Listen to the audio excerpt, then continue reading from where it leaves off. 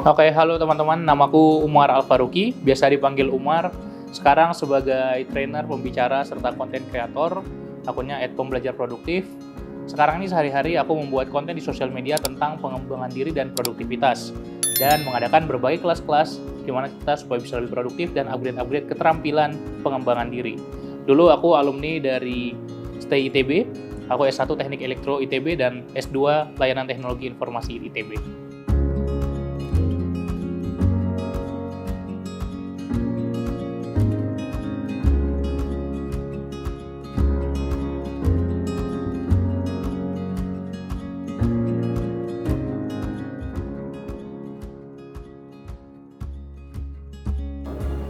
Oke, sebetulnya aku adalah anak salah jurusan ya, jadi beberapa mahasiswa yang salah jurusan mungkin bisa relate, dan bukan masalah sebetulnya ketika aku kuliah dulu, karena aku bisa lulus dengan nilai yang bagus juga, cum laude juga, dan banyak prestasi gitu. Tapi aku menyadari ini satu hal yang bisa aku lakukan, tapi nggak suka, tapi nggak enjoy ngejalaninya. Jadi ketika S1, S2, aku aman-aman aja, kuliah aman, nilai bagus. Tapi setelah lulus aku nyadari, kayaknya aku nggak pengen deh berkarir di bidang IT, di bidang teknologi, di bidang electrical engineering apalagi. Jadi pada akhirnya aku memutuskan untuk mencoba opsi-opsi yang lain. Nah kebetulan aku banyak banget mencoba. Satu hal yang aku coba dari eksplorasi passion aku nyebutnya adalah berbicara, adalah jadi seorang public speaker. Aku mencoba mengisi di berbagai sesi-sesi, belum webinar tuh ya, masih seminar, training-training, dan aku senang banget menjalannya. Dari situ aku mulai sharing-sharing dan ternyata melihat ada potensi di sosial media. Aku mulai berbagi konten-konten pengembangan diri di Instagram dan podcast di Spotify. Mulai dari situ semakin banyak yang berminat dan akhirnya aku bikin berbagai kelas-kelas pengembangan diri. Itulah karirku sampai sekarang.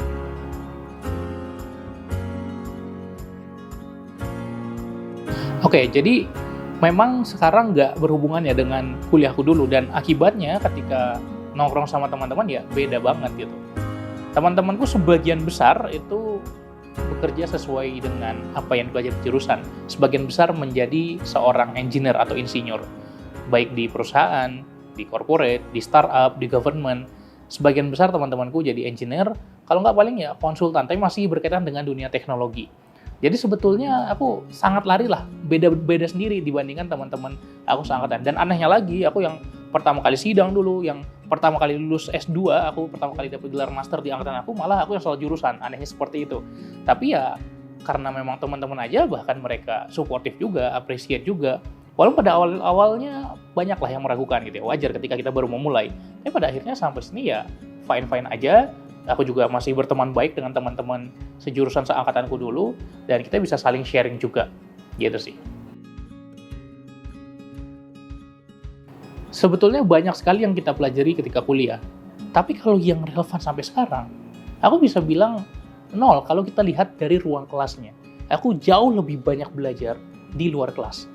Bukan hanya di ruang-ruang akademik, di kotak-kotak lokal kelas kita ketika kuliah dulu. Kenapa? Karena kalau ditanya sekarang, masih ingat nggak ilmu-ilmu elektro dulu? Ya udah lupa semua gitu. Tapi apa yang aku ingat? Yang aku ingat adalah pengalaman-pengalaman yang aku dapatkan di luar kelas. Keterampilan-keterampilan problem solving karena aku kuliahnya engineering, itu yang didapat, bukan materinya. Tapi lebih banyak lagi di luar kelas. Aku aktif di berbagai organisasi, di kampus, BEM, himpunan mahasiswa. Aku juga kuliah sambil kerja, ngajar juga sambil bisnis, sambil jadi asisten dosen. Dan banyak sekali pengalaman-pengalaman yang aku ikuti. Itulah yang membuat aku tumbuh jadi diri yang sekarang. Karena belajar hal-hal terkait time management, bagaimana berkomunikasi dengan orang, bagaimana bicara di depan umum. Dan akhirnya itu yang melatih diriku hingga sekarang. Maka buat kamu yang mungkin masih kuliah atau baru mau kuliah, coba cari pengalaman-pengalaman apa yang kira-kira berharga untukmu dan explore. Jangan cuma kuliah doang, karena ya semua orang juga kuliah, semua orang juga belajar. Tapi apa nilai tambah yang bisa kamu berikan buat dirimu?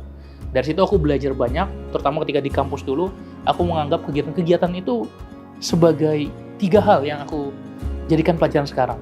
Bahwa dimanapun kita beraktivitas, dimanapun kita mencoba mengeksplor diri kita jadikan tempat itu sebagai wadah, sebagai rumah, dan sebagai sekolah. Aku aktif di berbagai organisasi, aku jadikan tempat itu wadah untuk aku bisa berkarya, bisa bikin apa aja di situ, bikin banyak proyek, jadikan rumah tempat pulang di mana aku menemukan banyak teman di sana, banyak sahabat di sana, dan akhirnya sampai sekarang juga masih bertahan, dan sekolah di mana aku banyak bertumbuh belajar, dan berkembang di sana.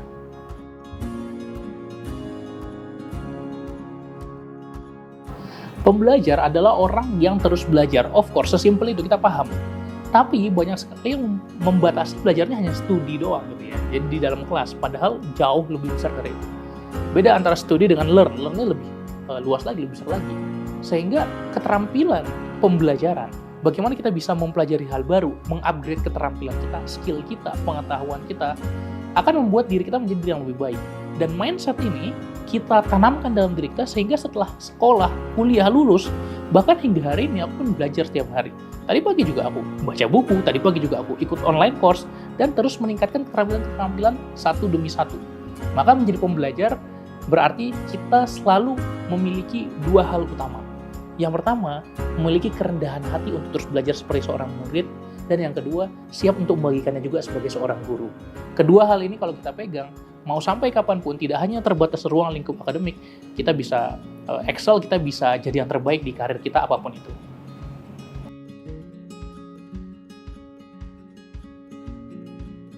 Cara aku mengatasi kesibukan dan banyak sekali pekerjaan aku sekarang, kalau tanya ke timku itu jadwalku selalu penuh dan harus dimanage semua gitu. Dimulai dari ketika kuliah, aku punya banyak sekali kegiatan. Sebagaimana aku udah sampaikan tadi, banyak sekali aktivitas-aktivitasku, dan aku belajar time management dari sana. Belajar bagaimana mengelola waktu. Aku punya set kalender, sistem yang aku buat, daftar tugas, dan itu semua menjadi productivity system yang aku lakukan setiap harinya.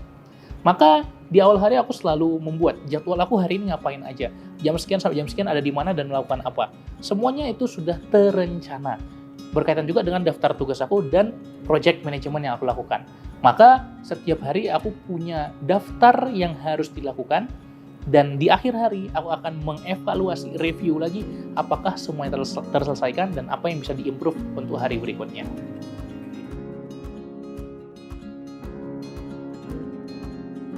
Oke, buat kamu yang pingin kuliah, carilah yang sesuai dengan passion. Gimana cara mencari passion? Kita coba banyak hal. Please coba banyak hal. Kenapa? Karena salah satu misiku, bagaimana tidak ada lagi orang yang salah jurusan seperti aku pada waktu itu.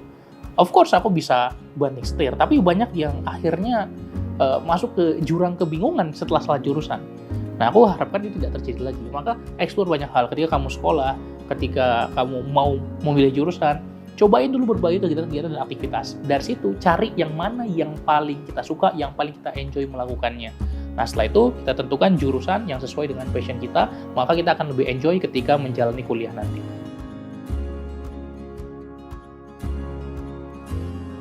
Oke, kalau untuk belajar, terutama untuk masuk kuliah, ya sebetulnya kita perlu tahu dulu di mana yang kita kurang, di mana yang kita perlu improve. Jadi selalu melakukan keseimbangan antara planning dan action, ya, planning dan action. Jadi kita coba petakan. Jadi kalau kita mau masuk kuliah itu misalnya pelajaran matematika, ya kan? Pelajaran matematika itu ada apa aja bab-babnya, misalnya ada bab aljabar, trigonometri, peluang, dan dari situ kita petakan subbabnya. Yang mana-mana saja yang kita sudah jago, yang kita sudah kuasai, yang mana yang belum. Jadi tujuan kita adalah mencentang satu-satu tuh. Nah, lalu setelah kita tahu mana-mana yang kita belum, kita petakan daftar tersebut ke jadwal kita. Oke, hari Senin jam sekian sampai jam sekian aku mau kuasai yang mana. Itu kita lakukan. Jadi kita lakukan planning dan action lakukan. Serta banyak berlatih juga. Pertama kalau masuk kampus berarti berlatih soal. Dulu aku berlatih soal setiap hari. Buku soal yang bisa ditemukan toko buku itu aku habis. Beli buku lagi, aku habisin. Dan itu berkali-kali aku lakukan. Dulu aku hobi ikut tryout, teman-teman. Jadi banyak temanku yang setiap hari Minggu hangout jalan-jalan ke mall. Aku setiap hari Minggu datangin bimbel, bukan bimbelku, aku datangin, aku tanya, Kak, di sini bisa ikut tryout nggak orang luar? Kalau bisa bayar berapa? Aku datangin. Bahkan aku sering nyusup juga waktu itu, ikut tryout bimbel lain. Supaya apa? Supaya banyak berlatih. Sehingga pada akhirnya, waktu itu di kampung aku di Medan, aku sering sekali juara tryout. Bukan karena jago banget, enggak. Tapi karena aku yang paling ikut banyak, tryout paling banyak. Aku yang berlatih itu paling banyak.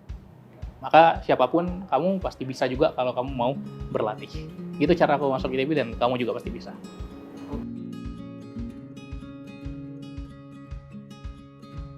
Basicnya, passion itu adalah irisan antara apa yang kita suka dan apa yang kita jago. Oke, apa yang kita bisa lakukan dengan baik lah gitu. Ada yang aku suka doang gitu, tapi aku nggak jago ngelakuinnya. Misalnya apa? Misalnya game atau dan jalan-jalan. Aku nggak pengen berkarir di situ. Ya udah nggak apa-apa sebagai hobi doang. Ada yang aku jago, aku kuasai. Sebagai contoh engineering, kemudian bikin website aku bisa, tapi aku nggak suka di bidang itu. Oke. Nah, apa bidangnya aku suka dan jago? Salah satunya adalah ngajar, sharing, dan itu aku lakukan sebagai karir sekarang. Memang yang ideal kita udah tahu sebelum kita kuliah passion kita apa, tapi seringkali tidak terjadi hal ideal tersebut. Maka yang kita lakukan adalah ya udah explore ketika kuliah, ikut berbagai komunitas, organisasi, berbagai peluang-peluang yang banyak sekali kalau kita mau explore. Banyak sekali kesempatan-kesempatan di sana. Dan aku juga menemukan passionku tentang edukasi, tentang pengembangan diri, tentang pendidikan, tentang people development, human resource adalah ketika aku kuliah. Aku banyak coba, aku masuk di organisasi ini sebagai PSDM atau sebagai human resource di berbagai komunitas, dan akhirnya belajar banyak dari sana. Pada akhirnya kita bisa memilih, kita mau selesaikan, kita mau ganti jurusan, kita mau cabut, ya terserah gitu. Tapi pada akhirnya kita memilih dengan benar-benar mindful, dengan benar-benar pikirkan konsekuensinya, dan kalaupun setelah kuliah kita mau berkarir di bidang yang berbeda, harus mau belajar coy gitu loh. It's that simple gitu. Ketika aku lulus, aku pengen jadi content creator, mana ngerti aku ngedesain, ngedit video, ya bikin konten segala macam, nggak pernah belajar gitu. Ketika kuliah aku dulu cuma ngitung arus listrik dan nyusun rangkaian gitu loh. Pada akhirnya ketika sekarang, ya apa yang dilakukan? Belajar lagi. Dalam tanda kutip sekolah lagi. Aku ikut berbagai training, berbagai webinar, berbagai online course terkait bagaimana jadi content creator, dan akhirnya belajar dari sana gitu. Jadi kalaupun nanti 1-2 tahun lagi aku pindah, ya udah pindah berarti belajar lagi. Apapun bidangmu sekarang, apapun karirmu sekarang, kalau kamu berhenti belajar, kamu akan kalah. Tapi kalau kamu siap terus belajar, maka kamu akan bisa terus di sana dan menjadi orang yang bersinar di karirmu.